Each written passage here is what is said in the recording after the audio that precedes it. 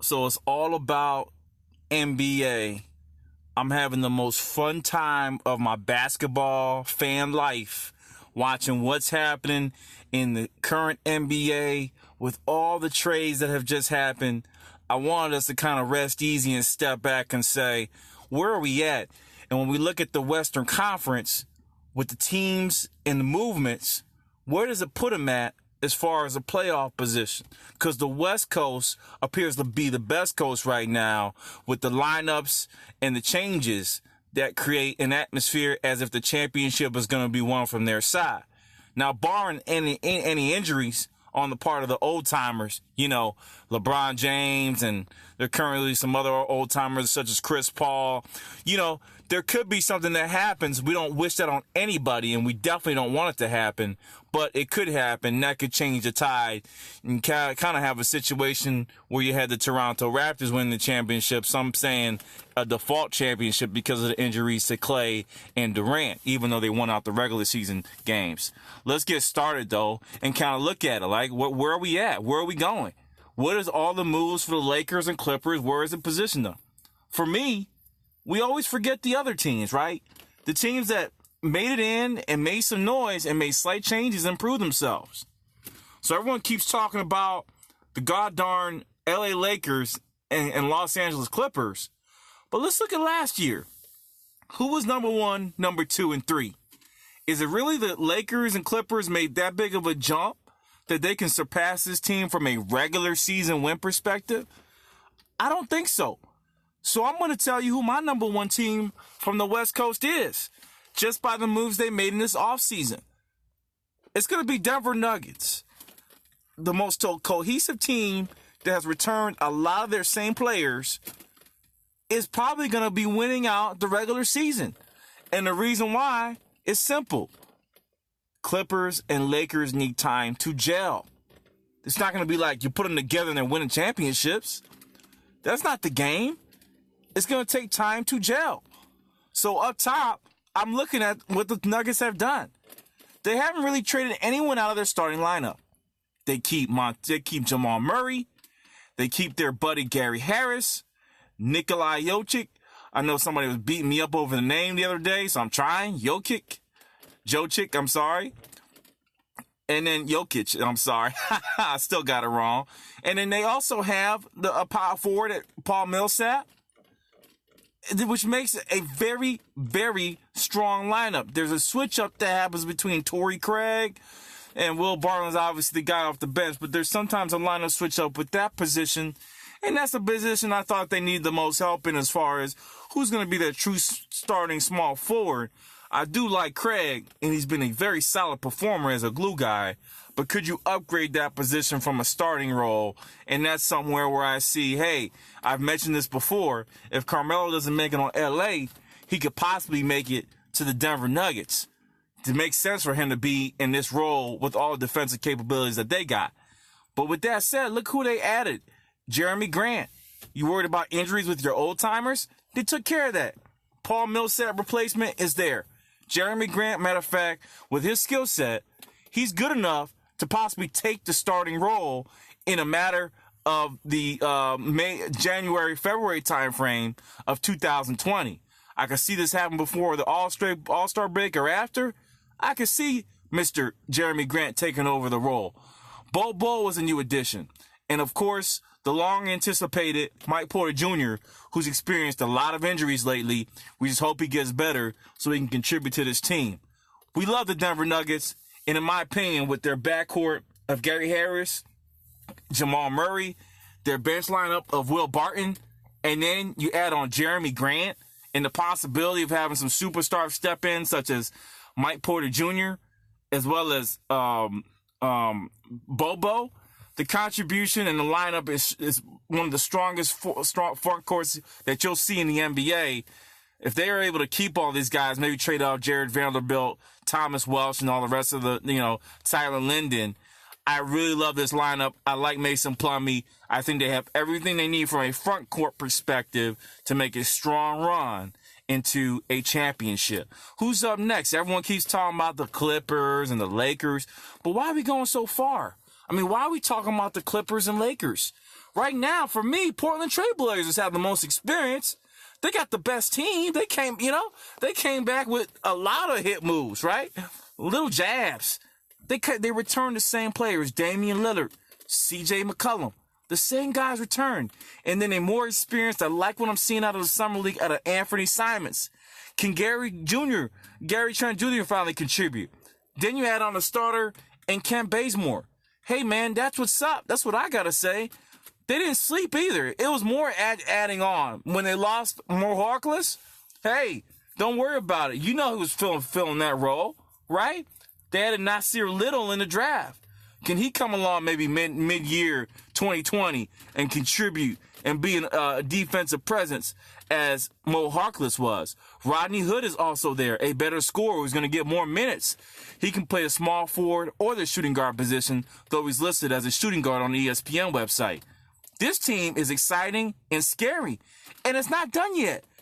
Although they traded away the big asset in Enes Kanter, who I thought should have been kept somehow, some way, they somehow, some way added in Hassan Whiteside to add on to a returning Joseph Nurkic.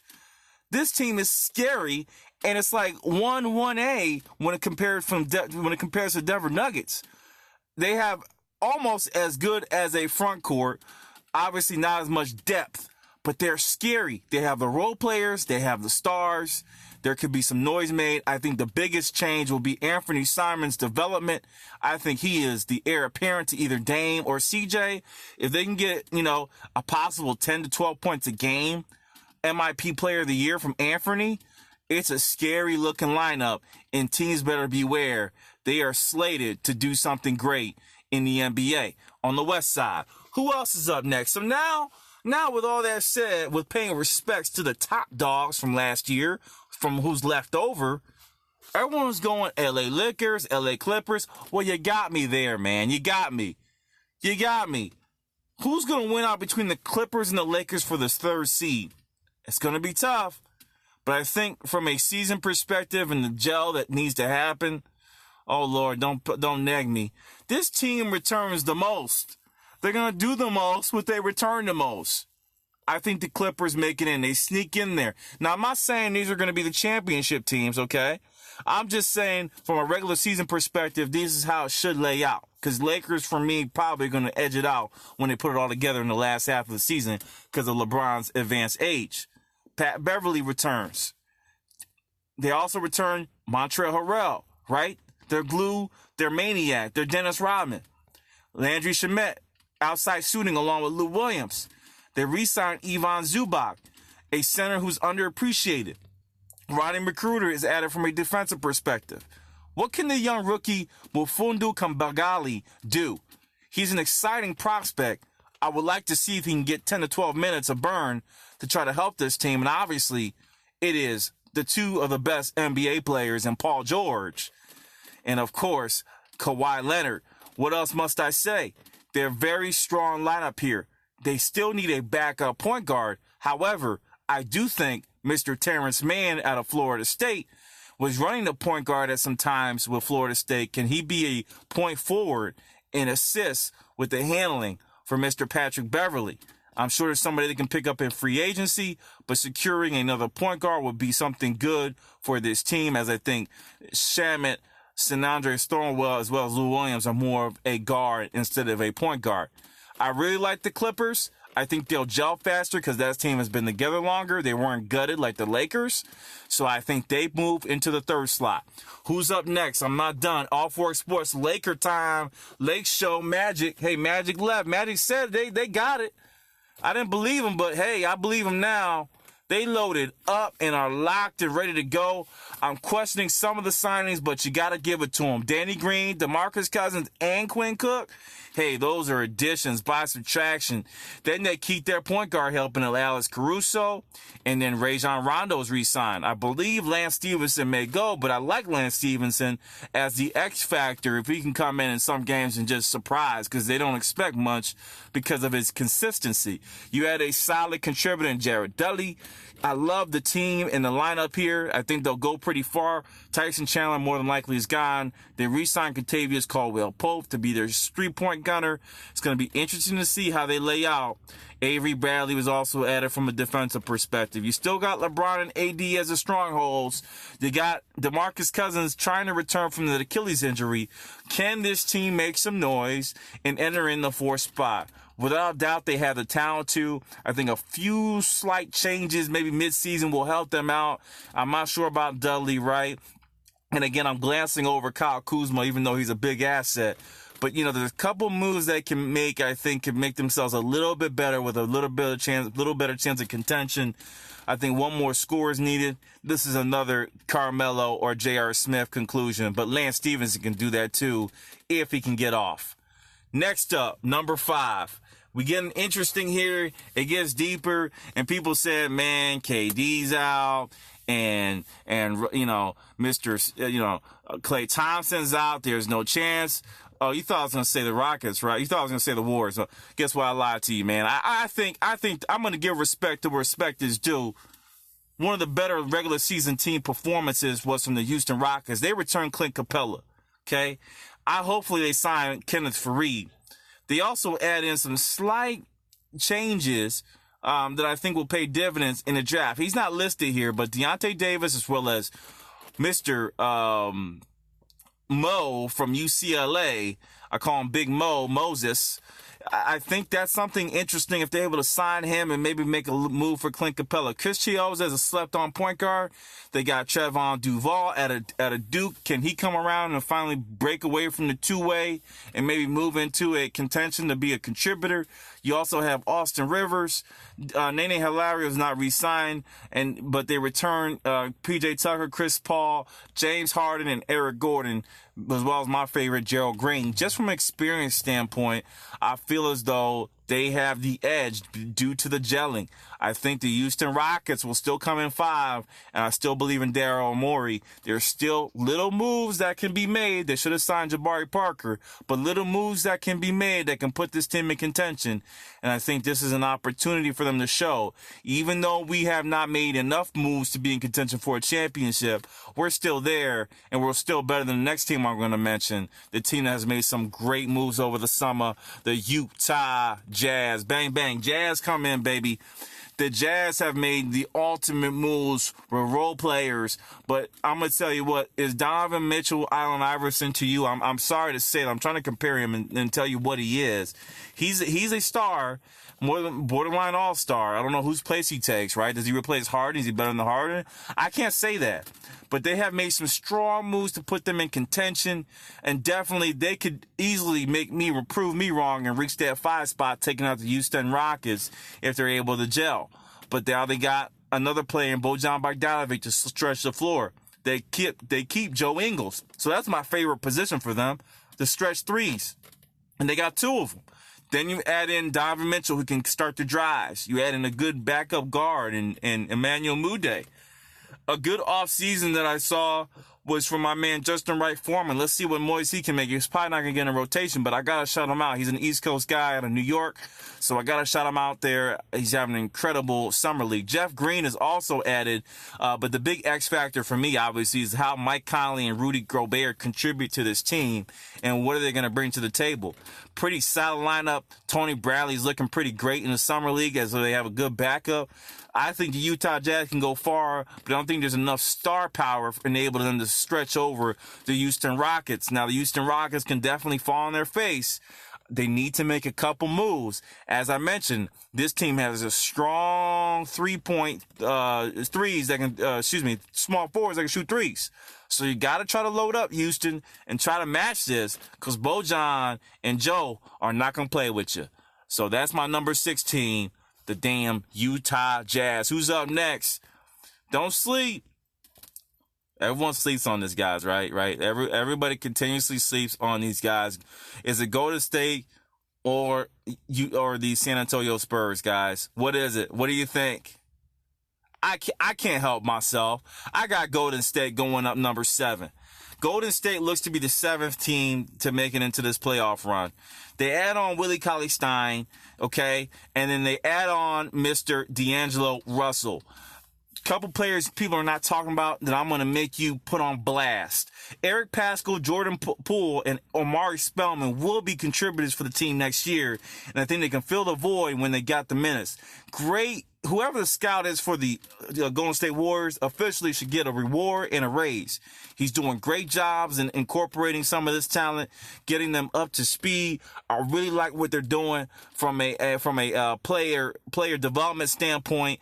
I think they're still a strong team. I think Steph and D'Angelo, there could be a trade in December is what everyone's saying, are good enough to keep this team in contention and be better than some of the bottom half teams such as the Sacramento Kings. And I think they still have enough, but we shall see because there's a lot of changes. Now, Steph Curry will truly prove himself. He'll have to have an MVP-like season in the first half in order to keep this team in contention for the playoffs because it's a tough road. But with the pieces that he has, it's going to be up to the rooks. The rookies are going to have to step up, as well as Glenn Robinson Jr. You now have the opportunity to showcase your talents. Can you finally come through? Golden State Warriors, I got at 7, even though it's a disrespect to the Spurs, who I got as my number 8. Let's jump in that. Number 8, San Antonio Spurs. So, hey, why not? Summer League, talking about player development. You return a lot of the same players, and then you may get your superstar back in DeJounte Murray. This team is a big sleeper. I got them as 8th, but they could easily wind up in 5 or 4th if they gel properly. Look at the lineup that they got. I'm going to tell you, Lonnie Walker is feeding off Mr. DeMar DeRozan all day. You can see the influence, and it's paying off real well. His handles have improved. His shot has improved. He's going to be a scary off-the-bench player, possibly take minutes away from Marco Bellinelli. LaMarcus Aldridge at your center power forward position. They added DeMarre Carroll, another three-point shooter. Dante Cunningham, a solid three-point shooter. Stretch glue guy. Rudy Gay still there. Keldon Johnson also looks like a stud from a player development perspective. Hey, this team is ready to go, but they're young. Then you got your Luka Samanic, man. Luka Samanic looks like an all-time great Euro. He has everything that you could ask for. Great pickup by this team. I don't think he'll be able to contribute right away, but again, they have a nice little lineup. Derek White is also available, so now you got with an injured DeJounte Murray, you got a Derek White who's developed himself into a kind of a shooting guard, point guard role, call him guard. So you got to like what you see there. I think this team is strong enough to be the 8th seeded slot in the Western Conference. So last but not least, let's talk about the guys on the outside trying to look in. It's quite simple. I got 2 teams. I got the Sacramento Kings with the addition of Mr. Trevor Ariza. I hate the loss. I really do. I hate the loss of Mr. Willie Cauley-Stein. It hurt me for them to let this guy go. They are at a deficit at the center position. Are they going to go small ball? Are they going to add Harry Giles to that center lineup? That's going to be the question. I thought he was a good asset. They added Dwayne Dwayman, who's a solid big man. But is he better or have more defensive prowess than Willie Cauley-Stein? I don't think so, but we shall see. But they have options. They're a sleeper team.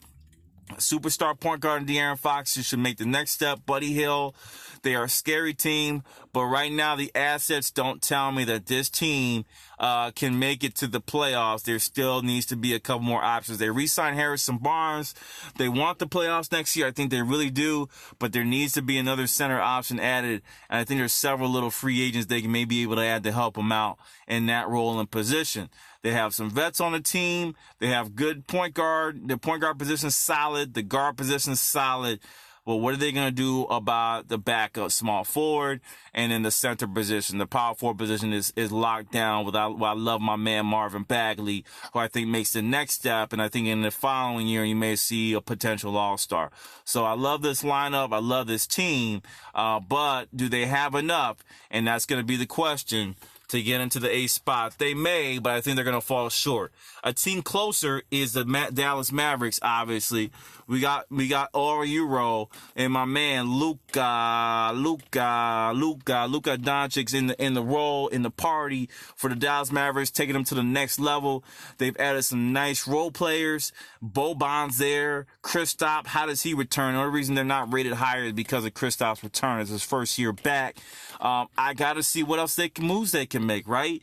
Are they going to re-sign Trey? They added Seth Curry for more three-points help. They got Tim Hardaway Jr., a solid shooting guard, probably gave you 16 a game in this lineup, right? Not a bad team. A little bit more assets are needed. I think definitely at the center position. Hey, it's calling you, man. Need some help at the center position, even though Dwight Powell can play in flurries. I think they need help there. Boban's not a full-time guy at 7'3". It'll hurt his body. But I do, however, like their loads of 7'2", 7'3" guys in Salah, Boban, and Kristaps heading the front line. So solid lineup, solid team. You'll see an immediate contribution from the glue guy, Isaiah Roby. May take minutes from Justin Jackson. I think the Dallas Mavericks are on their way, but more trades are needed. Matter of fact, if I'm the Dallas Mavericks, where is Goran Dragic? Because he would fit in perfectly with this team. They need to look at Goran Dragic to be added on, and they would be all Euro. Anyway, Off Work Sports, my dilemma is set. I kind of gave you where I see the lineups go for the NBA playoffs on the West side based upon current situations. Off Work, I'm out. Peace.